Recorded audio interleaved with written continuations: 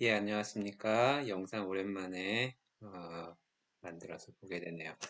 실시간으로 강의를 계속 하다가 여러분들이 이렇게 영상으로 하는 것이 또 좋다고 이야기를 해서 지난주에 논의했던 것처럼 앞으로 남은 사람들 연구 발표하는 거는 지금 오늘 하는 거와 같이 여러분들이 영상을 그 자료와 함께 보내주면 그거를 같이 보고 그 다음에 추가적인 설명을 하는 걸로 진행을 하도록 하겠습니다.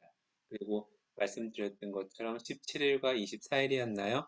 그때 저녁 때 여러분들 개별적으로 저하고 미팅하는 시간을 갖도록 하겠습니다. 자, 우선 그러면 오늘은 이 올려놨던 그 영상을 같이 먼저 보고 시작하도록 하겠습니다.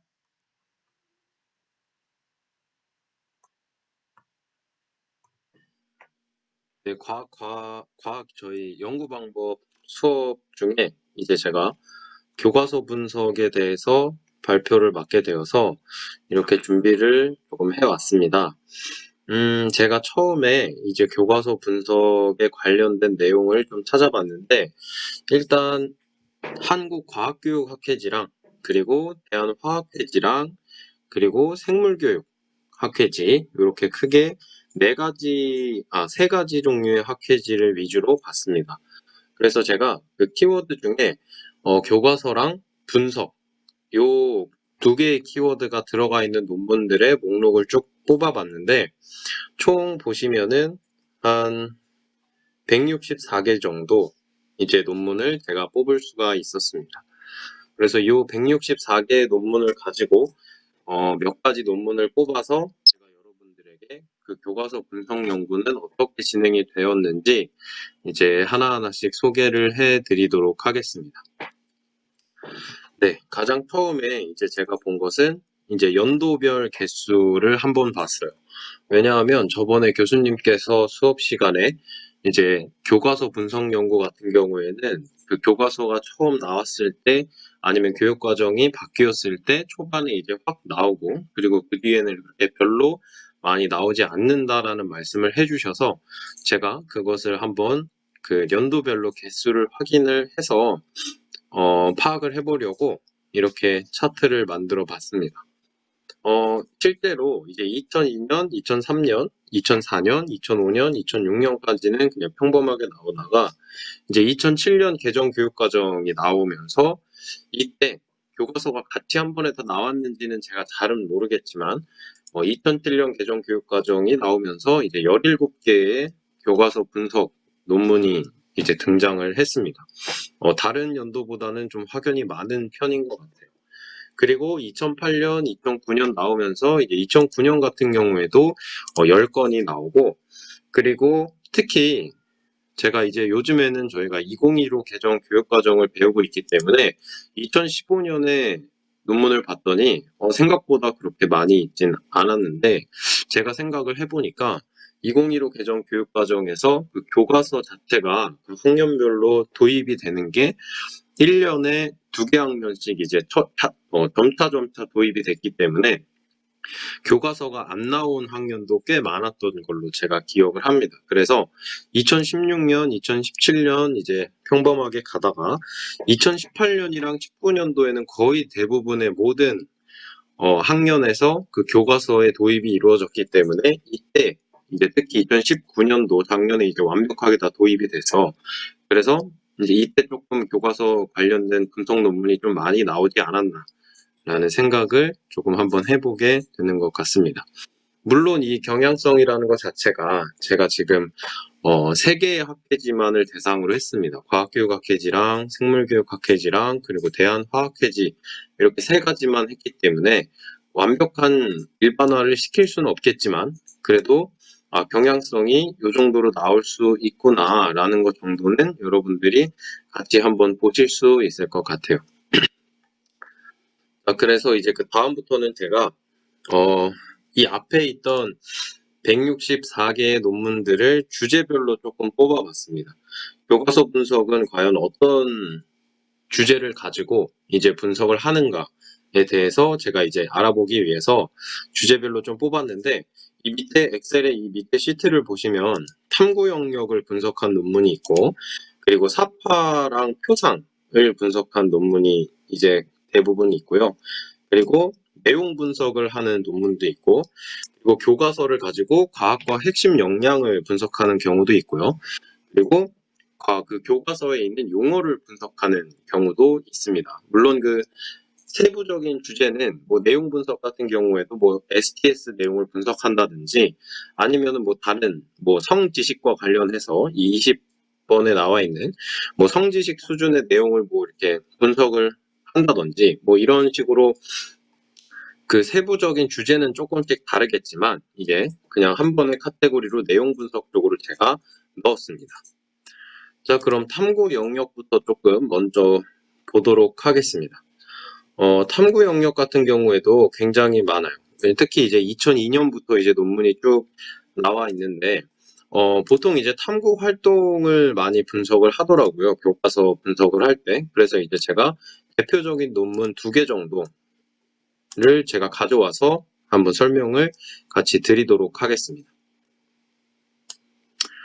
네, 가장 먼저 보실 것은 이제 교육과정에 따른 고등학교 생명과학 교과서의 생명과학의 이해 관련 단원의 탐구활동 분석이라는 논문이고, 제가 이제 이렇게 초록색으로 똑같이 이제 만들어 왔는데, 이 논문 같은 경우에는 이제 분석 대상이 7차 과학과 교육과정 교과서고요.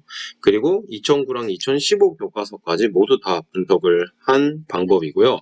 그리고 연구를 하는 방법을 보면 이 교과서 분석을 하기 위해서 제가 이제 쭉 보니까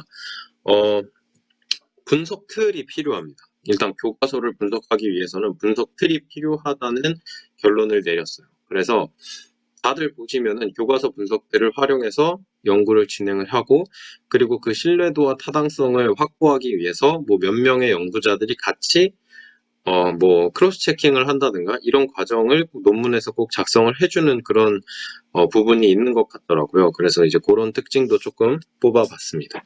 그래서 이 논문 같은 경우에는 요 2006년과 2013년도 그리고 2018년도에 같이 썼던 그런 연구 탐구활동 분석 틀을 가지고 이제 분석을 했고, 탐구활동 분석을 할 때 이분들이 사용을 하신 거는 이렇게 나누어진 것 같아요. 탐구활동의 유형 자체를 실험 관찰이랑 조사 토의랑 자료 해석이랑 토의 토론이랑 과학 글쓰기, 읽기, 그리고 모의 활동 이렇게 크게 7가지의 섹션으로 나눠서 탐구 활동을 이제 분석을 해볼 수가 있을 것 같습니다. 그래서 앞으로 혹시나 우리가 탐구 활동을 분석할 때 이런 분석들을 사용해도 괜찮을 것 같다라는 생각을 제가 한번 해봤습니다. 자, 그리고 그 다음 논문도 이제 탐구 실험과 관련된 이 노란색 부분인데, 분석 대상 같은 경우에는 이제 생명과학 원 7종의 교과서를 모두 다 분석을 했고요. 여기에도 마찬가지로 저자분이 아까 그분하고 좀 비슷하거나 이제 똑같기 때문에, 네. 이제 그 똑같은 분석들을 가지고 이제 분석을 했습니다. 그래서 여기에도 실험 관찰, 조사 토의, 자료 해석, 토의 토론, 과학 글쓰기, 모의 활동, 표현하기. 근데 이 틀이 조금은 좀 바뀌었죠. 그래서 그 표를 그대로 쓰는 경우도 있고 아니면 그 표를 조금씩 수정해서 사용하는 방법도 있는 것 같아요. 그래서 탐구 활동 분석을 할 때 이런 표들을 가지고 우리가 의도하는 바를 조금 반영을 해서 수정도 좀 가능하고 이런 식으로 저희가 연구를 진행을 할 수 있을 것 같습니다. 자, 그 다음에는 교과서 분석 중에서 좀 많은 이제 사파에 대한 내용을 제가 한번 보도록 할게요. 사파나 이제 외적 표상을 뭐 제가 정확히는 모르지만 거의 비슷한 거라고 저는 생각이 되었거든요. 이번에 교과서 논문을 볼 때. 그래서 외적 표상과 이제 사파를 이제 동일한 카테고리 안에다가 좀 넣어봤습니다. 근데 이 논문 같은 경우에는 이 노란색 논문인데 분석 대상은 이제 중학교 1학년 과학교과서 5종에서 특히 이제 기체의 성질하고 물질의 상태 변화에 대한 그 외적 표상을 분석한 논문이고요. 이 분석을 할 때도 역시 교과서 분석 연구인 것처럼 그 분석 틀을 여기서도 또 제시를 해주는데 이걸 뭐라고 읽어야 될지 저도 잘 모르겠지만 요 분이 만들어 놓은 이제 표상의 분석 틀을 이제 사용을 하는 것 같습니다. 여기에서는 이 표상 자체를 표상의 유형이랑 그리고 표면적 특성의 해석, 그리고 본문과의 관련성, 그리고 캡션의 존재 유무에 따라서 분석을 할 수 있는 분석들을 이제 제시를 했어요. 그래서 이 분석들을 이용해서 이제 사용을 하는데, 제가 이야기했던 네 가지 말고도 이제 분석들을 나눌 수 있는 기준이 한 두 가지가 더 있습니다. 복합적 표상에서 표상 간의 관련성이랑 그리고 표상의 기능, 이렇게 해서 총 6가지로 이 교과서에 실려 있는 외적 표상, 그러니까 쉽게 얘기해서 사파나 그림 같은 것을 분석할 수 있는 분석들을 여기에서 사용을 했습니다. 그리고 이제 하나 더 시각화 자료라고 하는데, 사실 사파랑 표상을 제가 똑같이 봐도 되는지는 잘 모르겠어서 이렇게 시각화라든지 사진이라든지 여기를 그냥 다 한 번에 같은 카테고리로 묶었는데, 여기에서도 이거는 논문이 나온 게 2017년도인데 그때 아마 교과서가 전부 다 나오지 않아서 이제 2009 개정 교육과정의 생명과학 원 교과서를 분석 대상으로 하셨더라고요. 그래서 요거에 대해서 조금 보면, 가장 처음에 이 논문에서는 데이터 시각화랑 인포그래픽을 나눕니다. 그래서 인포그래픽은 여기 논문에서 설명하는 바에 따르면 다양한 미디어를 통해 전달되는 모든 종류의 언어적이고 시각적인 메시지라고 하고, 데이터 시각화는 그저 단순하게 이제 이런 데이터들을 시각화해서 보여주는 그런 느낌으로 해서 이제 데이터 시각화와 인포그래픽으로 이 교과서에 있는 그림들을 좀 나누고, 그 다음에 인포그래픽을 좀 더 세부적으로 분석을 하기 위해서 이런 분석들을 또 사용을 합니다. 이 분석들 같은 경우에도 선행연구에서 사용했던 2014년도에 선행연구에서 사용했던 그런 분석들을 가져다가 이제 사용을 하는 것 같습니다. 모든 교과서 분석이 거의 대부분 그런 것 같아요. 그냥 처음 아무것도 없는 상태에서 내가 혼자서 뭘 분석하기보다는 앞서서 만들어졌던 분석들을 이용해서 교과서 분석을 하거나 아니면 그걸 조금 수정 보완해서 교과서를 분석하는 그런 경우가 좀 많은 것 같습니다. 자, 그리고 그 다음에는 안전 관련 내용 분석인데, 사실 이것은 이제 이세현 교수님과 이봉 교수님이 쓰신 논문인데, 이 논문을 보면서 제가 고민을 조금 많이 했습니다. 이게 표상을 분석한 논문일까? 아니면은 그냥 내용 분석 카테고리에다가 넣어도 될까?라고 이제 고민을 많이 했었는데, 왜냐하면은 제가 이 논문 내용을 보니 이런 것도 이제 표시나 요소 이렇게 해서 좀 시각적인 것들이 좀 많이 나와서 이제 표상일지 내용일지 좀 구분을 했는데, 이 논문 제목에 내용 분석이라고 되어 있어서 내용 쪽에다가 넣었습니다. 그래서 이 내용 분석을 보시면 이것도 이제 교과서 63종을 대상으로 이제 고등학교 교과서 모든 것들을 대상으로 이제 분석을 하신 논문이고, 그리고 이게 안전교육 7대 표준안이라는 것을 바탕으로 해서 분석들을 제작을 한 논문입니다. 그래서 여기 보시면 안전교육 7대 표준안을 근간으로 진행을 하셨다고 여기 작성이 되어 있고요. 이 분석들 같은 경우에는 안전수칙이랑 보호장구 사용, 그리고 사고대처 행동, 약품의 특성 설명, 안전한 실험도구 사용법, 여기 5가지에다가 안전기호라는 것을 추가를 해서 이 분석들을 제작을 했습니다. 안전기호라고 하면 여러분들이 쉽게 생각하실 수 있는 게, 그 교과서 탐구 활동을 보면 거기에 특히 막 해골 바가지 같은 거 그려져 있고, 특히 뭐 이렇게 불 같은 거 표시 같은 거 그려져 있고, 이렇게 교과서마다 안전 이 부분을 표시하는 그림이 있잖아요. 이제 그 부분의 그림을 이제 이야기하는 거라고 이제 생각을 하시면 될 것 같습니다.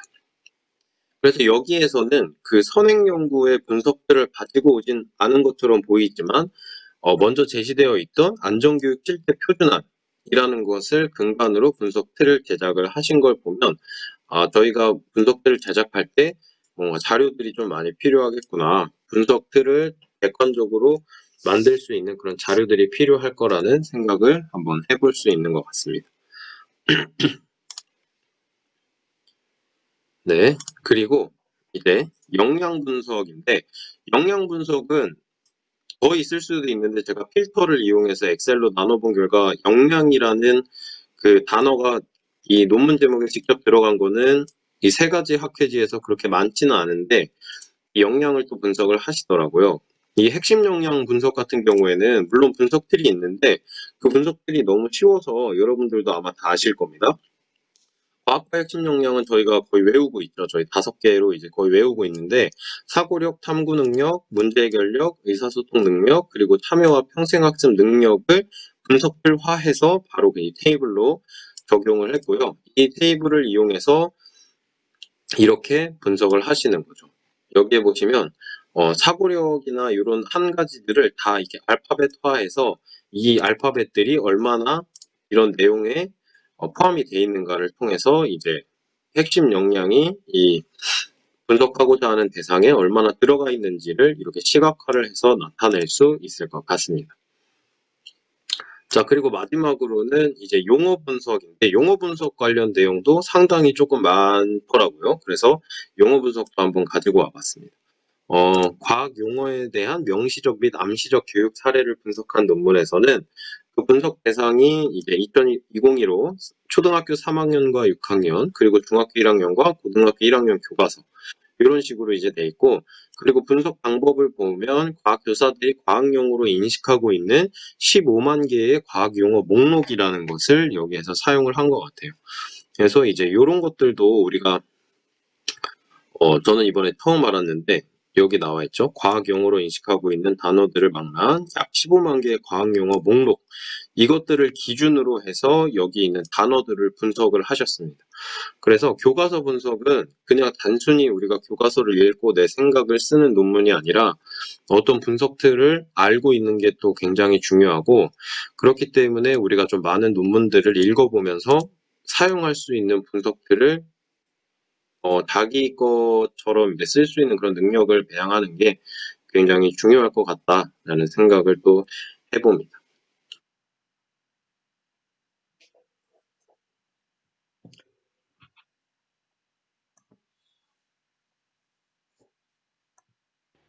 예, 지금 영상을 봤는데요. 예, 얼굴을 등장시켜서 굉장히 그 정리를 잘 해줬습니다. 그래서 여러분들이 그 지금 그 배경석 학생이 올려놨던 그 영상하고 지금 중간에 끊으면서 내가 설명을 좀 하려고 했었는데 보다 보니까 끊지 않고 가는 게 나은 것 같아서 그냥 계속 지켜보고 있었습니다. 자, 여러분들 그거 잠깐 보고 얘기를 좀 하도록 할게요. 논문 목록들 다 같이 이제 보여주도록 할 텐데, 그 첨부 파일도 보면 될 것 같아요. 요게 이제 그 지금 찾았던 논문 리스트들이거든요. 그러면은 이제 연도별로 정렬하고, 그 다음에 연도별 개수 비교하고, 그다음에 탐구 영역과 관련된 사파를 분석한 논문, 내용을 분석한 논문, 역량, 뭐 영어 분석 이런 식으로 구분을 했어요. 뭐 이런 구분을 나눠가지고 보는 거는 여러분들이 그 어떤 것들을 할 수 있는지를 좀 참고해 보라고 그 하는 건데 좋은 시도였던 것 같고 저는 이제 계속 여러분들이 이제 정리를 했으면 좋겠다고 생각이 듭니다. 물론 이게 따로따로 구분해도 되지만 여기에다가 그 체크를 해서 뭐 예를 들어서 셀을 하나 만들어서 이것도 이제 이것도 역시 분석이니까 뭐 예를 들면은 뭐 이쪽에다가 여기다 그냥 하나 넣을게요. 그렇게 해서 잠깐만 여기서 뭐 예를 들어서 이게 범주다.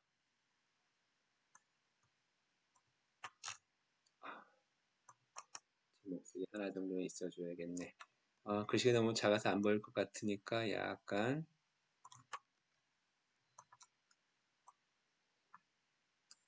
키우고요. 네, 음이 지나. 그래서 여기가 한번 해놓으라고 했을게요. 제목, 네, 범주, 1저자, 2저자, 3저자, 이거는 문제 여부, 연도, 번호, 쪽수. 나중에 할 때 이런 권하고 호 같은 것도 분리해 주는 게 좋아요. 왜냐하면 소팅할 때 얘가 숫자로 인식을 못 하거든요. 쪽수 같은 경우도 역시 마찬가지죠. 물론 이런 데이터들은 다 서지 정보에 들어있는 거기 때문에 뭐 그대로 불러와서 나중에 또 쪼갤 수 있기는 하지만 예를 들어서 이제 그 탐구 영역, 사파, 내용, 역량, 논문 이렇게 간다 그러면 예를 들어서 탐구 영역을 1번, 그다음에 사파를 2번, 내용을 3번, 뭐 역량을 4번, 5번 뭐 이렇게 분석했다고 합시다. 그러면 이제 이런 식으로 쭉 적잖아요. 그럼 나중에 요거를 뭐 여러 가지 방법도 있지만 예를 들면 필터를 만들어 놓으면은 뭐 예를 들어서 1번만 보고 싶다. 그러면 1번만 체크하면은 1번만 이렇게 따로 구분해서 볼 수도 있습니다. 이거 엑셀의 가장 기본적이고 단순한 기능이니까 여러분들이 보면 좋을 것 같아요. 자, 뭐 이거를 하려는 건 아니었고 자꾸 쓸데없는 얘기를 자꾸 하게 되는데 자, 연도별 분석은 이거는 그 이것만 가지고 알기는 어렵다는 걸 좀 전에 얘기했었잖아요. 지금 세계 학회지에 대해서 얘기를 했었는데 지금 과학교육 관련 논문들이 그러니까 제일 많다기보다는 있는 것들이 아까 말씀드린 나왔던 게 한국과학교육학회지가 있고요. 대한어학회지가 있고 그 다음에 한국생물교육학회지가 있는데 대한학회지는 사실은 과학교육 관련된 논문이 그렇게 많이 나오지는 않고 있어요. 보통 이제 물리, 화학, 생물, 지구가 하나별로 하나씩 있는데 물리 같은 경우는 세물리라는 곳에 그 물리교육 관련 논문들이 많이 실려 있고요. 그다음에 화학, 아까 말했던 대한화학 계지 좀 있고 생물은 생물교육 계지 있고 지구과학은 지구과학 계지라는 논문에 많이 좀 실려 있습니다. 대한지구과학 계지인가 또 새로 생긴 것들이 있긴 있는데 어쨌든 그쪽이 전통적으로 많이 실려 있었던 그 4개 논문과 그 다음에 과학교육 학회지까지 해서 5개. 요게 이제 교과별로 있는 것과 모여져 있는 것 5개가 기본적인 거라면은 초등 같은 경우에 초등과학교육이라고 하는 초등과학 학회지가 하나가 있고요. 그 다음에 뭐 최근에 또 등재지가 된 게 현장과학교육학회지라는 게 있고 그리고 이 곳곳에 있는 그 이 연구소들에서 나오는 학회지가 등재지가 된 것들이 있어요. 교과교육 학회지가 나오는 것들이 이대에서 나오는 논문이 있고 그 다음에 경북대에서 나온 논문이 있고요. 또 과학교육 학회지가 아니라 과학교육연구소 중에서 경북대에서 나온 게 또 하나가 있고 또 부산대에서 교사교육연구라는 게 또 이제 과학 쪽이 좀 많이 나온 논문들이 있습니다.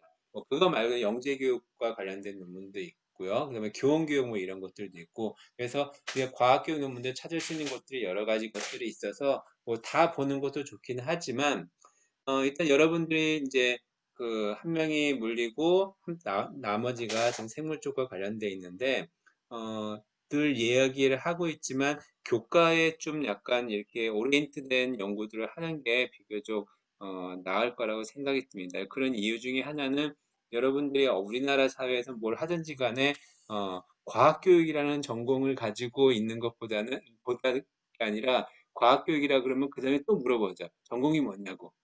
그러면 그냥 과학교육이 아니라 물리교육, 생물교육 이런 식으로 이야기를 하는 게 순서거든요. 그리고 어떤 그래서 짭을 구하려고 할 때도 합쳐서 과학교육으로 이제 뽑는 경우도 있지만 보통은 이제 물리교육, 생물교육 이렇게 뽑고 그러기 때문에 여러분들이 그런 쪽에 좀 더 강조될 필요가 없지 않아 있다고 생각이 듭니다. 하여튼 넘어가고 그래서 이제 이야기하는 건 뭐냐면은 여러분들이 주로 보게 되면 예를 들면은 과학교육 학회지를 보고 생물학 학회지를 보고 그렇긴 하겠죠. 그런데 이제 우리가 무엇을 연구할 것인지에서 고민을 할 때 다른 영역에 나와 있는 논문들을 보고 이거를 또 이렇게 할 수도 있겠구나 이렇게 여러분들이 감을 잡을 수 있을 거라고 생각이 듭니다. 그래서 그러니까 여러분들이 이건 별로 볼 필요 없을 것 같은 학계지도 봐야 되는 이유 중에 하나는 그 속에서 새로운 연구 방법과 같은 것들을 우리가 찾을 수 있기 때문에 그런 측면이 있습니다. 아까 얘기할 때 나오는 이 연도별 거 보면은 이게 지금 다 안에서 뭐 그런 걸 수도 있고요. 또 좀 뒤늦게 연구에 또 뛰어들어가서 게재되는 것도 있기 때문에 꼭 그렇지는 않지만 보통 교과서가 언제 나오냐면요. 맨 처음에 2009 개정교육까지, 그러니까 2007, 17편이 나왔다 그랬는데 이게 17편이 왜 이렇게 많이 나왔는지가 나는 사실은 좀 약간 의아하다고 볼 수 있는데 한번 내용을 한번 좀 볼까요? 연설과 2007년도에 나온 논문 여기 봅시다.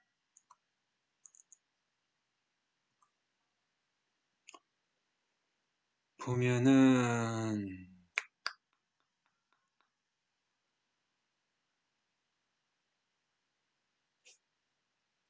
예, 뭐라고 얘기하기도 좀 그렇기는 하네. 이게 그 이 2007년 개정 교육과정이라고 하면은 교육과정이 이때 나오는 거고요. 그 다음에 2년쯤 지나가지고 교과서가 나오기를 시작합니다. 예를 들어서 고등학교 교과서는요. 2007년 개정 교육과정의 고등학교 교과서 여러분들이 본 적 없을 거예요. 왜냐하면은 밖으로 나오지는 않았거든요. 2007년에 2007년 개정교육과정에 의해서 만든 교육과정의 그 교과서가 초등학교, 중학교에는 적용이 됐는데요. 고등학교에는 순차적으로 적용하다 보니까 좀 늦게 적용이 됐거든요. 그래서 2009 개정교육과정을 급하게 만든 이유 중에 하나가 바로 고등학교에서 2007년 개정교육과정에 의한 교과서를 적용하지 않기 위해서 2년 만에 부작게 나오기도 했습니다.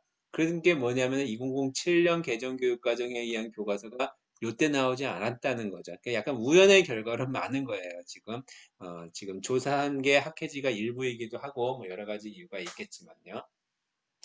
그 2015 개정교육과정 같은 경우도 지금 2015 개정교육과정이 있잖아요. 2009 개정교육과정인 교과서가 요때 다 나왔거든요. 그러니까 사실은 3년쯤 지나가지고 2015 개정교육과정이 왔을 때 이제 교과서가 더 이상 이제 나오지 않을 판이었을 수도 있겠죠. 교과서가 언제 처음 나왔었냐면은 2015 개정교육과정의 교과서가 요때 중1, 그 다음에 고1이 나왔고요. 그러니까 요때가 이제 처음 풀린 겁니다. 우리 중학교, 고등학교로 따지면요. 그 다음에 고등학교는 사실은 선택형이기 때문에 그 모든 학년의 교과서가 다 풀리긴 했습니다. 근데 문화생지 완투 같은 경우는 사용하는 곳이 굉장히 적었죠. 그래서 실제로는 여기가 1학년, 여기가 2학년, 3학년이니까 요때 통합과학, 그 다음에 과학탐구 실험, 그리고 물화생지 완, 요 정도가 이제 조금 몇 개 학교에서 풀린 거고요. 요때가 이제 물화생지 완투가 다 나와 있을 때였고, 3학년까지 이제 요때가 다 올해가 이제 완전하게 적용되는 첫 해라고도 볼 수 있습니다. 그래서 교육과정에 보면요, 교육과정 저번에 제가 말씀드렸는지 모르겠지만 교육과정 적용 시기가 나와 있어요. 그래서 교육과정 문서를 보면요, 교육과정 문서를 보면 총론을 봐야 되나? 교육과정 문서에 총론에 보면요, 이 교육과정은 2015 개정 교육과정이에요. 적용 시기가 나와 있죠. 2017년에 초등학교 1, 2학년, 2018년도 아까 말했죠. 중학교 1학년, 고등학교 1학년, 2019년도에 중2, 고3, 고2, 2020년에 중3, 고3 이런 식으로 적용된다고 나와 있었죠. 2009 개정 교육과정은요, 또 복잡해요. 과학하고 수학하고 조금 약간 다르기도 합니다. 교과마다 다른데, 이제 일단 과학 같은 경우는 이건 지금 2015 개정교육과정의 모든 교과에 대해서 적용됐던 거였고요. 자, 여러분, 이런 그 논문들을 보면서 그 몇 개 논문들을 보면서 이런 식으로 연구를 했을 것 같다 이렇게 이제 정리를 해줬는데 이제 여러분들이 이제 교과서랑 관련된 연구를 진행을 하게 되면은 어떤 식으로 어떤 과정으로 진행을 해야 될 것인지를 좀 알 필요가 있을 것 같아서 제가 그 부분에 대해서 조금 추가적으로 설명을 좀 하려고 합니다. 우선 제가 연구했던 걸 리스트를 좀 전에 찾아봤더니요. 어, 논문을 찾아봤더니 내가 대학교에 와가서 썼던 논문이 이게 112개 이렇게 되는데 이 중에서 이 노란색으로 쓴 거 있죠. 요게 이제 그 교과서 관련된 교과서만 아닐 수도 있고, 뭐 교과서 교육과정 뭐 다른 거 포함될 수 있는데, 교과서가 분석된 연구가 전부 21개입니다. 비율로 따지면은 약간 19% 정도, 한 5편 중에 한 편은 교과서 논문들이에요. 사실 교과서 논문을 초반에는 조금 많이 하다가 중간 타임에 좀 교과서를 잘 안 했어요. 그 이유는 이제 새 교과서가 나오지도 않았고, 사실, 새 교과서 나오지도 않고, 교과서 연구가, 연구에 따라 다르기는 하지만, 조금, 다른 연구보다는 데이터를 구하기가 좀 수월하기 때문에, 좀, 좀 쉬운 연구가 아닌가 싶어서, 네, 제 마음이 그런 마음이 들어서 한동안 교과서 분석 연구를 안 했어요. 한 3, 4년 정도. 그러다가 최근에 작년 특히 작년하고 올해 관련된 연구들을 몇 번 수행했었는데 이 중에서는 그 아까 예를 놨던 안전과 관련된 내용과 같은 거는 이전에 안전과 관련된 연구가 진행된 적이 거의 없었기 때문에 한번 안전과 관련된 연구를 시작하는 첫 단계로서 이걸 시작된 거 있었고 그거 말고 이제 광학 내용 분석이라든지 연력학 내용 분석이라든지 요거는 이제 수학과 과학의 연관성 있는 거 분석하는 거. 요거는 좀 따로 또 얘기를 하겠네요. 이런 연구들은, 어차피 연구도 해야 되니까, 그래서 새 교과서도 나왔겠다 싶어서 그냥 연구를 했던 것들이 있습니다. 그래서 뭐, 마음속에는 약간 찝찝함을 안고는 있는데, 그래도 이제 의미 있는 것들을 많이 발견해서 내용을 분석했던 연구이기 때문에 볼 수가 있습니다. 요 중에서 교과서를 어떤 식으로 분석하는지 몇 가지 사례들을 보여주려고 하는데요.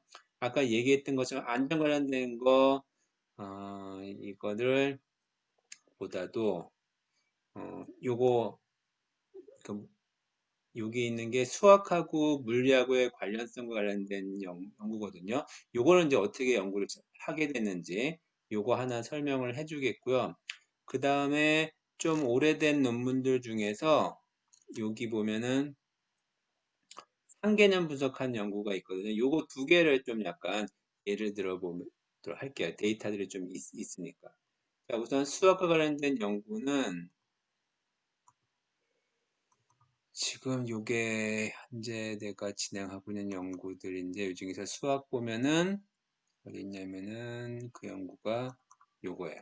자, 이거 처음에 어떻게 시작했냐면은 물리 같은 경우는 이제 처음에 나름대로 계획을 좀 이렇게 정리를 해 놓은 건데 물리가 어려운 이유가 뭘까? 수학 때문일까? 이런 생각들을 가지고 있어요. 여러분들도 평소에 이건 왜 그럴까? 이런 것들 연구하면 어떨까라는 생각들이 있으면 이제 메모를 해놓는 거죠. 저는 이제 메모를 이런 식으로 약간 구체화가 되면은 이렇게 폴더 만들어 놓고 워드 파일로 가고요. 그렇지 않을 경우에는 그 스마트폰에다가 그 생각날 때마다 이제 적어 놓게 됩니다. 그래서 뭐 여러 형태로 적어 놓기도 하는데 예를 들면은 지금 잘 보이려나요? 이렇게 해서 해가지고 그 생각날 때마다 이렇게 적어 놓고 하게 됩니다. 그러다가 이제 조금 더 구체화가 되고 그러면은 이제 컴퓨터에 그 모니터 바탕화면에 이 뭐라 그러죠? 메모 패드 같은 데다 적어 놨다가 이렇게 좀 더 구체화가 되면 이렇게 폴더가 만들어져서 본격적 연구가 진행이 되는 거죠. 그래서 요 같은 경우는 처음에 물리학이 어떻게 연관되어 있는지 그러면 이제 어떻게 해야 되겠어요?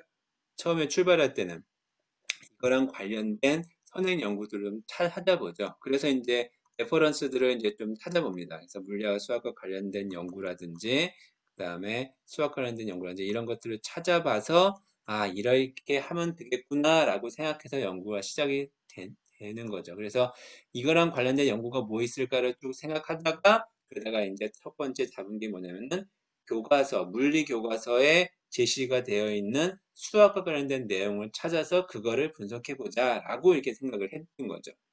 그래서 이제 단순하게 생각하면 그럼 물리 교과서에서 수학과 관련된 요소를 찾으면 되죠. 그래서 이제 물리 교과서를 중학교, 고등학교, 예를 들어서 중학교에 그 이런 하나의 교과서가 있으면 이 교과서들을 이제 교과서 내용 중에서 수학과 관련된 부분들을 다 이렇게 뽑아가지고 나름대로 정리를 합니다.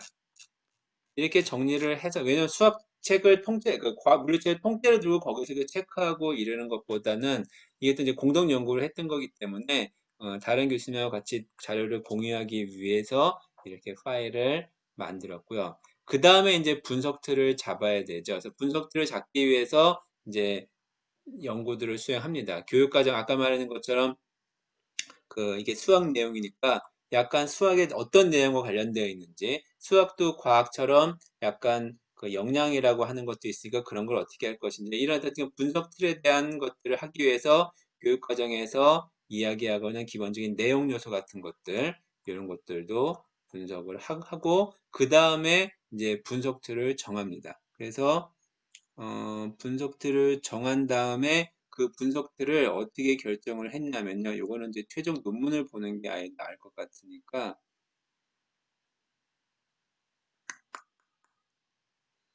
잠깐만요. 최종 논문이 여기 있질 않네.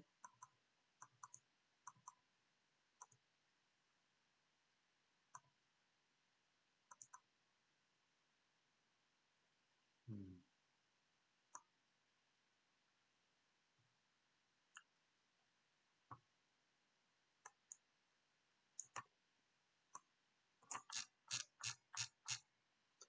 그래서 분석 틀이, 이건 이제 교육과정에 대한 얘기고요. 분석 틀이 뭘로 되어 있냐면은, 이 결과를 보면 되겠네요. 처음에 이건 이제 수학 내용이 얼만큼 담겨져 있는지를 나타내는 거였고, 그 다음에 요거는 단원별로, 그 여기 오른쪽에 있는 거는 과학, 수학의 이 내용 순서에 해당되는 거고, 이건 과학의 내용 순서에 해당되는 내용 순서에 해당되는 겁니다. 시간의 순서를 이렇게 맞춰 놓은 거예요. 그래서 수학과 과학이 어느 게 더 먼저 배우는지 이런 것들을 비교하기 위해서 체크를 했던 거였고, 요거는 이제 수학의 그 분석을, 수학 교과서의 그 내용을 어떻게 분석했냐면은, 우선 그 2차원 분석을 했는데, 우선 내용 요소하고 과정 요소라는 걸로 구분했습니다. 당연히 내용 요소는 아까 얘기했던 수학 교육 과정을 근거해서 했던 거였고요. 과정 요소라고 하는 거는 과학으로 따지면은 이 탐구하고 좀 비슷하다고 볼 수가 있는데, 그 과정 요소에 해당되는 걸 다루는 것들이 굉장히 많이 있는데, 그 중에서 이제 그 OECD에서 수행하는 그 피사라고 하는, 저번에도 이야기했었죠. 그 평가 틀에 나오는 것들을 좀 참고를 처음에 했었고, 그 다음에 팀스도 좀 했었는데, 여기서 이제 피사에서 제시한 그 과정 요소를 선택했습니다. 거기 보면은 뭐 쭉 보면은 여기 있네요.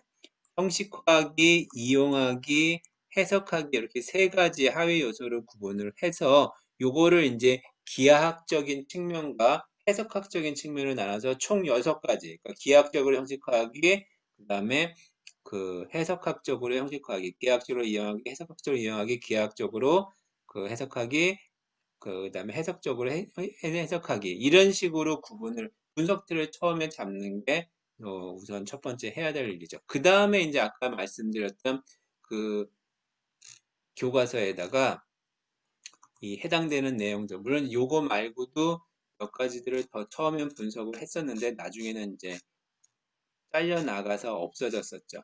그래서 그 어디 갔냐면은 요 교과서 파일을 보고, 교과서 파일을 보고 그때마다 옆에다가 이제 그 값들을 체크해 놓은 다음에 둘이서 동시에 분석을 해서 나중에 일치도를 보죠. 그리고 나서 일치도가 좀 떨어지면은 다시 이제 그 분석 범주를 다시 한번 보고 이렇게 맞춰가는 과정들을 수행을 합니다. 그래서 혼자 수행할 때는 그 과정이 다 생략되는데, 그렇게 하게 되면은 이게 제대로 한 건지 안 한 건지 그 타당성을 받기가 좀 어려운 측면이 없지 않아 있죠. 자, 이렇게 이제 분석을 했던 한 가지 예가 있고요. 그 다음에 아까 말씀드렸던 그 내용 분석과 관련된 것들도 여러분들이 쉽게 해볼 수 있는 연구라고 생각이 듭니다. 쉬우면서도 좀 전반적인 것들을 다 다룰 수가 있기 때문에 또 의미가 있다고 볼 수 있고요. 또 교과서라고 하는 거는 학교에서 배우는 어떤 기본 전체적인 내용들을 다 다루고 있으니까 교육과정에 대한 분석은 사실은 이제 나중에 교육과정 분석에 대한 것도 나오겠지만 단일 교육과정을 분석해가지고는 얻을 수 있는 것들이 별로 없어요. 그게 실제로 구현되는 모습들을 봐야 되는 거기 때문에. 자, 요 연구들 중에서 옛날 연구니까 옛날 연구들을 보면은 이게 꽤 오래된 연구인데요. 언제였지? 2012년도. 우와. 제가 이거 가끔 예를 드는 게 왜냐면은 이게 그 중간 과정들을 내가 이렇게 정리를 해놓은 것들이 있어서 그래요. 아, 그러면 이제 교과서 분석을 처음에 어떻게 하냐면은 우선 그 처음에 무엇을 분석할 것인지를 여러분들이 이제 보기는 봐야 될 텐데 어떤 교과서의 그 상과 관련된 이거는 2009 개정 교육과정일 거예요. 거기 나오는 교과서를 분석한 거였었는데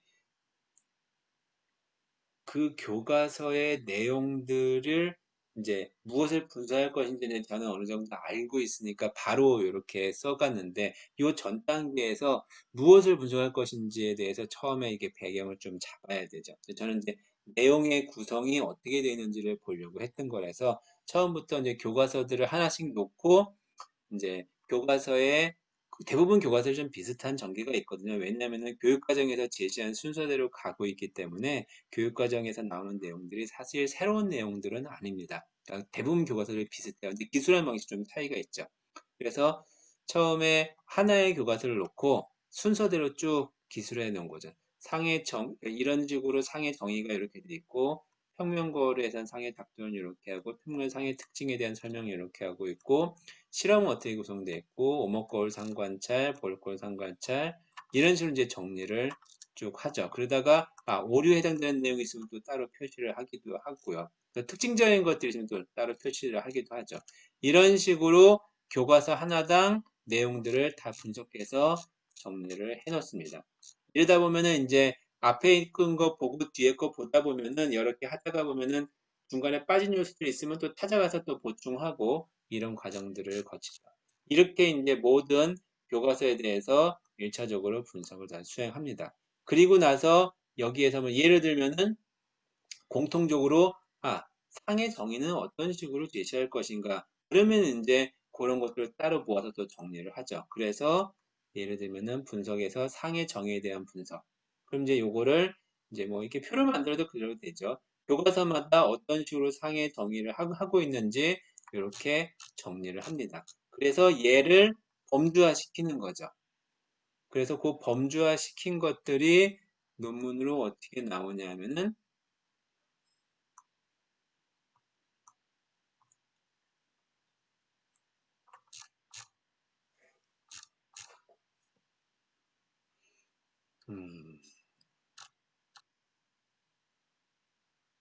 음, 상해 정의는 특별하게 정리를 하지 않았네요. 그래서 그래서 상해를 정의해서 했다고 해놓고 여기에서 현상만으로 상해를 정의한 교과서는 몇 종이고 내종의 교과서에서는 어떻게 됐다. 그 개념을 이용해서 상해를 정의하였다. 그다음에 거울에 대해서는 상해 정의한 교과서, 또 렌즈에 대해서 상해 정의한 교과서. 요거는 이제 표로 정리할 수도 있는데 이 교과서의 정의의 내용을 설명을 하는 것이 필요했기 때문에 따로 정리하지 않았던 걸로 기억을 하고 있어요. 그 다음에 만약에 분석을 한다 그러면 또 뭐 오목거울, 볼록거울과 관련된 내용들만 또 따로 뽑아가지고 분석을 하죠. 그래서 이거는 좀 더 자세하게 분석한 게 아니라 다 그냥 모으기만 한 건가? 이거 모아가지고 나중에 또 정리를 하겠죠. 그 정리한 것들이 여기 따로 있지는 않네요. 예를 들어 평면거울 상과 관련된 거 얼마나 열보는지 모르겠지만 한번 보도록 할게요.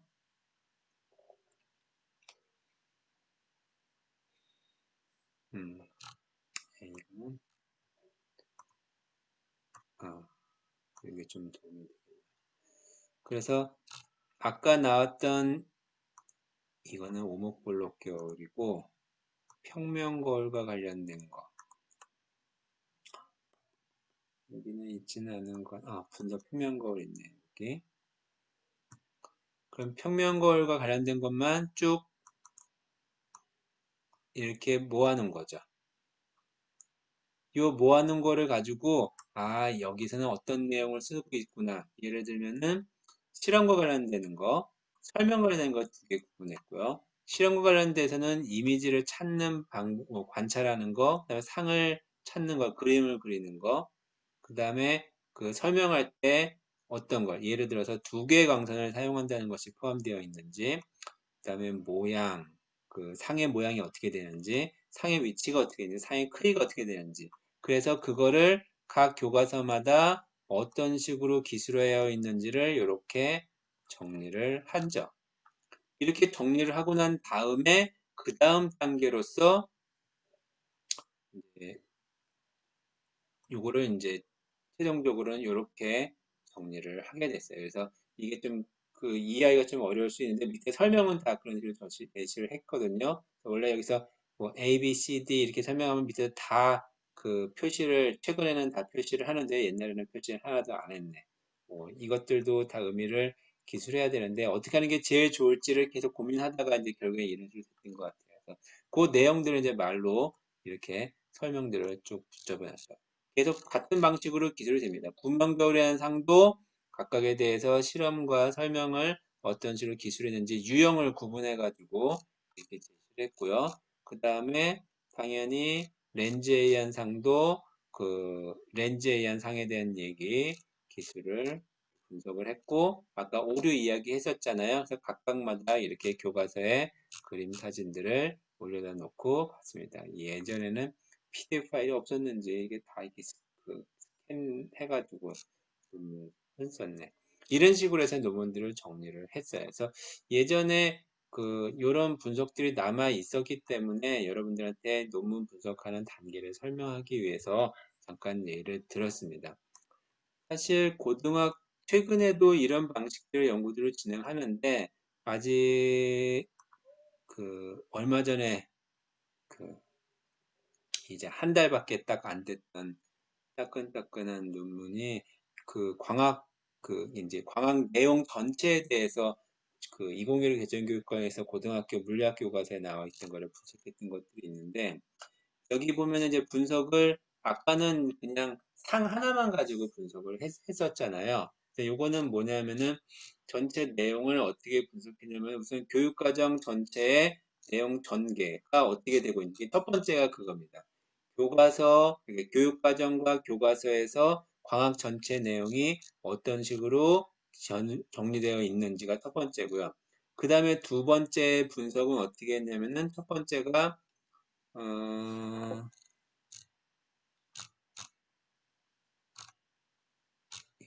방법을 보는 게 낫겠네.